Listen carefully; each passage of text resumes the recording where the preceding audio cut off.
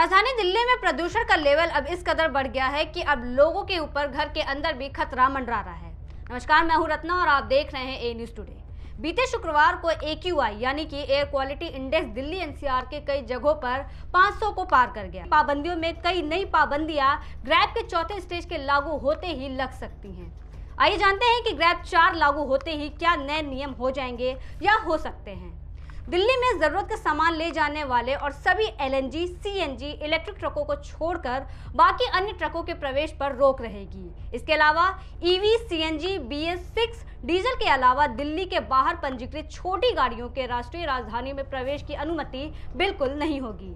दिल्ली में पंजीकृत मध्यम और भारी डीजल माल वाहनों के संचालन पर रोक होगी। राजमार्गों, सड़कों, फ्लाईओवरों, overbridge, power transmission lines, pipeline जैसे सार्वजनिक परियोजनाओं में भी निर्माण और विध्वंस गतिविधियों पर प्रतिबंध रहेगा। NCR की राज्य सरकारें और दिल्ली सरकार क्लास 6, 9 और 11 की फिजिकल क्लासेस बंद करने का भी फैसला ले सकती है और ऑनलाइन मोड में क्लासेस चला सकती है। NCR राज्य सरकारें या दिल्ली की सरकारें सार्वजनिक और निजी कार्यालयों में 50% उपस्थिति के साथ काम करने और बाकी कर्मचारियों को वर्क फ्रॉम होम देने पर भी निर्णय ले सकती है। केंद्र सरकार अपने कार्यालय में कर्मचारियों के लिए घर से काम करने की अनुमति देने पर उचित निर्णय ले सकती है। इसके अलावा राज्य सरकारें अतिरिक्त आपातकालीन उपायों पर विचार कर सकती है, जिनमें कॉलेज, शैक्षिक संस्थान और गैर आपातकालीन वाणिज्यिक संस्थाओं को बंद करना शामिल है। साथ ही गाड़ियों को लेकर ऑड इवन स्कीम को भी लागू किया जा सकता है।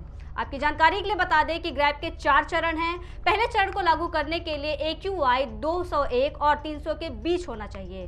सेकंड की बात करें तो AQI 301 और 400, थर्ड में AQI 401 से 450 और फोर्थ में जब AQI 450 और 500 के बीच हो तब ग्रैब को लागू किया जा सकता है।